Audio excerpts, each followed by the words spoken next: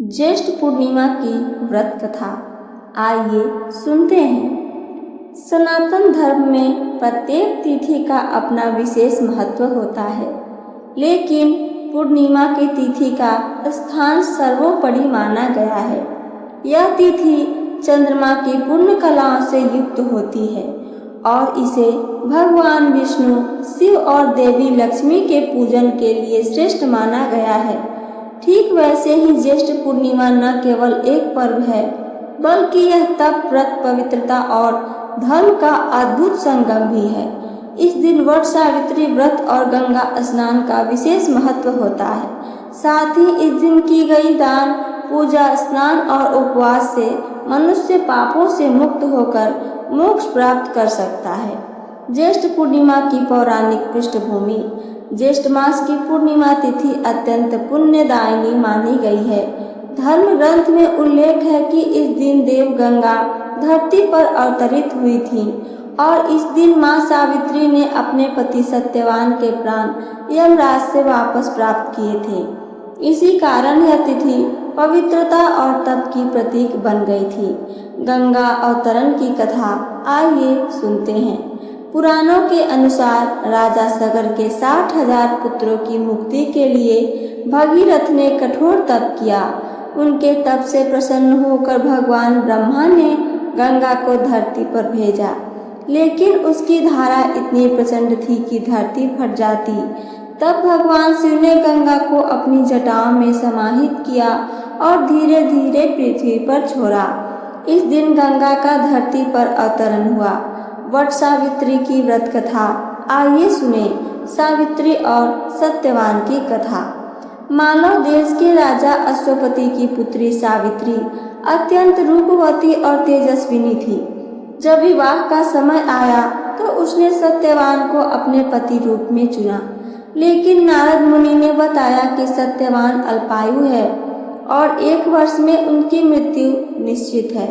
फिर भी सावित्री ने दृढ़ निश्चय किया, पति का जीवन लंबा हो या छोटा, एक बार जिसको पति मान लिया उसके साथ ही मेरा जीवन है। विवाह के पश्चात जब मृत्यु का समय आया, सावित्री ने उपवास किया, कठोर व्रत रखा और यमराज का अनुसरण किया। यमराज ने सत्यवान के प्राण हर लिए, लेकिन सावित्री की भक्ति, तपस्या और दृढ़ता से प्रभावित होकर यमराज ने उसे 3 वर मांगने को कहा।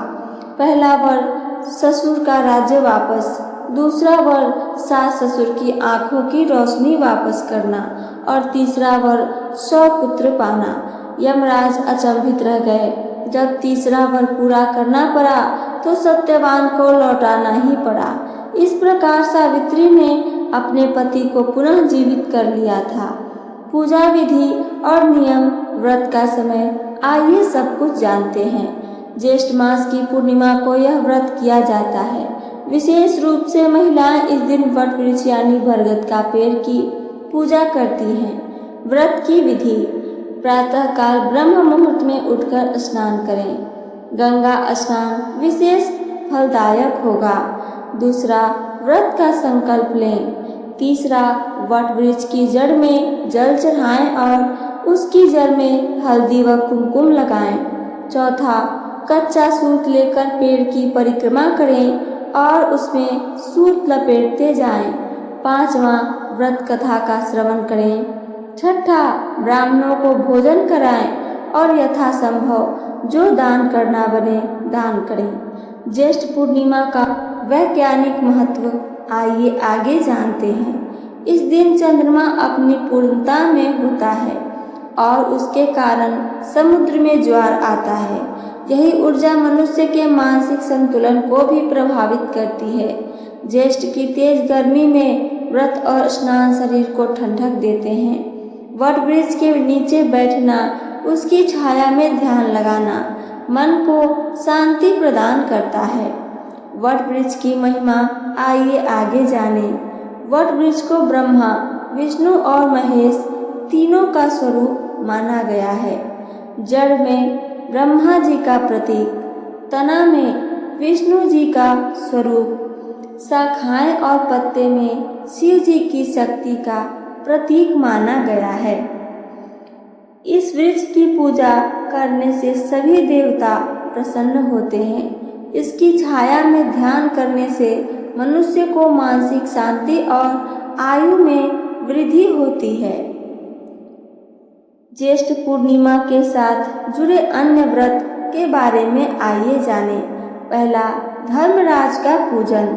इस दिन यमराज की विशेष पूजा की जाती है ताकि अकाल मृत्यु का भय दूर हो। दूसरा, शनि देव की पूजा। ज्येष्ठ माह में शनिवार और पूर्णिमा एक साथ आए तो शनि पूजन विशेष फलदायी होता है। तीसरा, अन्य देवी देवताओं की पूजा। इस दिन लक्ष्मी नारायण, शिव पार्वती, हनुमान जी की पूजा भी शुभ फलदायी मानी जाती है। व्रत का फल क्या मिलता है, आइए आगे जानें। संतान सुख की प्राप्ति, सौभाग्य की रक्षा, पति की दीर्घायु, मानसिक शांति और चित्त की एकाग्रता, जीवन के संकटों से रक्षा। कथा का भावनात्मक पक्ष आइए सुने। व्रत और कथा सिर्फ कर्म कांड नहीं है, इनकी आत्मा होती है श्रद्धा, विश्वास और संकल्प। सावित्री की भक्ति, एक पत्नी की दृढ़ता, उसकी विनम्रता और सहनशीलता हम सभी को प्रेरित करती है। आज की नारी जब सावित्री जैसी संकल्प शक्ति से अपने परिवार, रिश्तों और जीवन के प्रति समर्पण दिखाती हैं, तब वही शक्ति पुनः जागृत होती है। कथा का आधुनिक संदेश आइए आगे सुने। पहला, परिवार के प्रति नारी की आस्था अमूल्य है। दूसरा, प्रेम में त्याग और तपस्या का स्थान। तीसरा, आस्था के बल पर भाग्य बदला जा सकता है।